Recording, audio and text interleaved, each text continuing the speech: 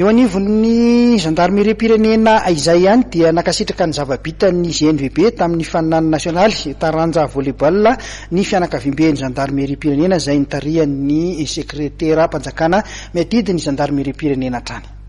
Lanonana tsotra nefa nanana izay azo no nentin'ny fianakaviam-ben'ny Zandarimariam-pirenena ny araba ny ekipan'ny GNVB tamin'ny batany fampiton'ny tompon-daka nasionaly Taranja volley-ball.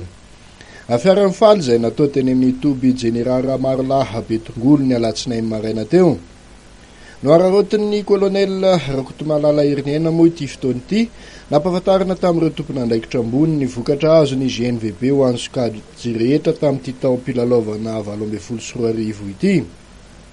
Afantatra fa amboara 2020 norumbany izy ireo tamin'ny fifaninanana anatrehany.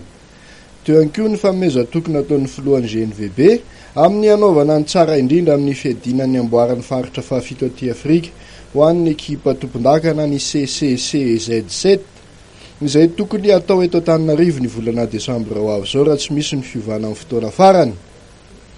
Fetsakilan'izay dia nidera sy nankasitraka ny ezaka nataon'ireo mpilalao sy mpitantana amin'ny GNVB ny sekreteram-panjakana miadidy ny Zandarimariam-pirenena ny jeneraly Randriamanarina Jean-Christophe tamin'ny fiarovana hatrany ny loko sy ny voninahitry ny Zandarimariam-pirenena.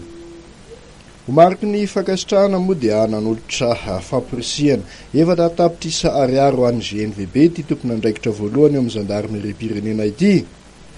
Manantena moa ny segy faorombahan'ny GNVB indray ny amboaran'ny faritra fahafito aty Afrika amin'ity taona ity raha ny fahitany ny fahavononan'ny rehetra.